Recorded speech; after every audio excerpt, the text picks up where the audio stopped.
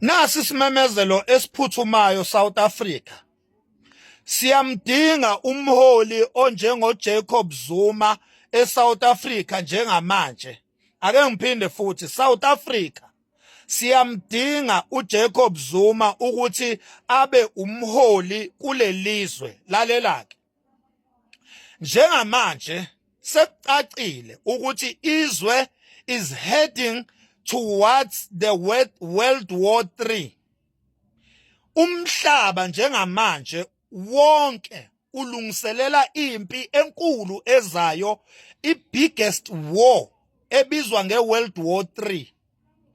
Siyawumdinga umholi onjengo Jacob Zuma othanda amasosha kulesi sikhathi esiphila kuso. Njengamanje mawubheka iAmerica ihlongoza impi emhlabeni. Mawubheka into eyenzeka eChina njengamanje kunempi enkulu ezokwenzeka between iAmerica neChina.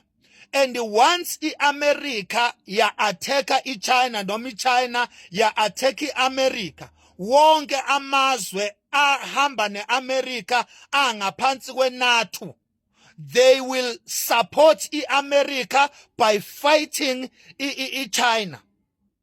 And if amazwe support iAmerica eshaya iChina, wonke amazwe supporta iChina abizwa ngeBRICS, kuzomela lawo mazwe alwe kanye neChina adefende iChina. Into ezokwenzeka uma ngabe iAmerica ifuna ukunqoba iChina, izotargeta i-weakest part kwi-BRICS, which is South Africa. South Africa is the weakest part kwi-BRICS. Njengamanje iSouth Africa ikwi-risk yokuthi uma ngabe amazwe eNATO efuna uku-attacka i-BRICS, efuna ukuyikhombisa ukuthi i-BRICS ayilutho kuwo. Uma ngabe amazwe eNATO through America efuna ukudestroya i-BRICS ngoba i-threat i-BRICS kwi-US dollar. Into abazoyenza, they will first target izwe ekuyilona eli-weakest so that kuzosaba lamazwe a-strong. So into ezokwenzeka, iSouth Africa will be a number one kwi-target ezo-attackwa. Siyamdinga South Africa uJacob Zuma ukuthi asilungisele i-country. Siyadinga ukuthi ezokuphepha zase South Africa zirevivwe, zistrengthenwe, zibe strong than lento eziyiyo manje. Sibonile kwenzekeni kwi-South African military ngesikhathi ithi yodala ipeace lapha ya eDRC. Sibonile ukuthi we became the weakest. We became the weakest kwisitha se-DRC. How much more ke sesibhekene namazwe anjengo USA ikhondla khondla?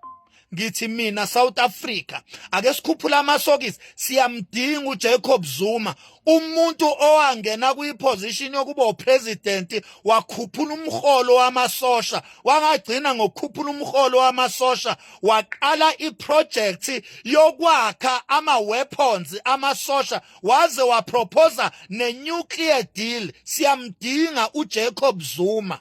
Bathe sebebona laba beNATO ukuthi njengamanje uZuma ubhizi ne-nuclear deal, ubhizi uzama indlela yokuthi South Africa ibe ne-nuclear bomb, nuclear everything, bavele bamshaya uZuma bamkhipha.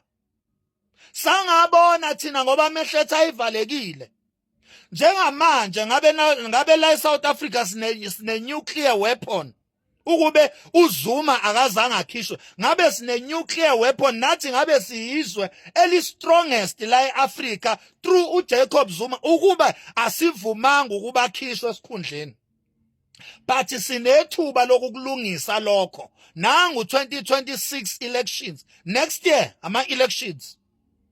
Then ngo-2029, ama-national elections la khona iSouth Africa izobe iqoka upresident omusha wecountry. Sinethuba lokulungisa lento. Siyamdinga uJacob Zuma azosilungisela ezokuphepha zezwe, ngoba njengamanje isilima kuphela esingaboni ukuthi iWorld War 3 anytime ingasuka. Anytime ingasuka. And iSouth Africa ayinalutho.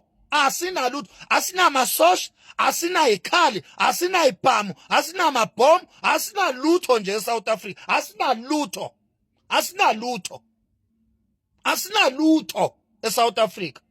Siyamdinga umholi onjengoJacob Zuma owaziyo ukuthi first thing i-country eyidingayo idinga i-protection, idinga i-military. First thing, before ukhulume ngo-economy, ukhulume ngo-industrial, ukhulume into yokuqala edingwa yizwe i-protection. Izwe lidinga i-military, lidinga ukuba strong i-military. I-first thing, ukhiye loyo wezwe ukuthi military izwe liqine kangakana. That is the key. Then through that izwe selingakwazi-ke ukufayithela i-economy yalo, ngoba line-army strong to protect that economy. Selingakwazi manje izwe ukulungisa ezomnotho, lilungise i-industrial, ama-mineral, njengoba sinama-minerals la eSouth Africa. Siyayidinga i-leader e-recognizer i-military need yezwe. Siyamdinga umholi onjengoZuma. Ilesi simemezelo South Africa. Siyamdinga umholi njengamanje onjengoJacob Zuma. Umhlaba ukwi-risk. Umhlaba ukuphi? Qedela lapho. Ukwi-risk. Siyamdinga umholi ozoqinisa ezokuphepha ze country. Angibonga ithuba.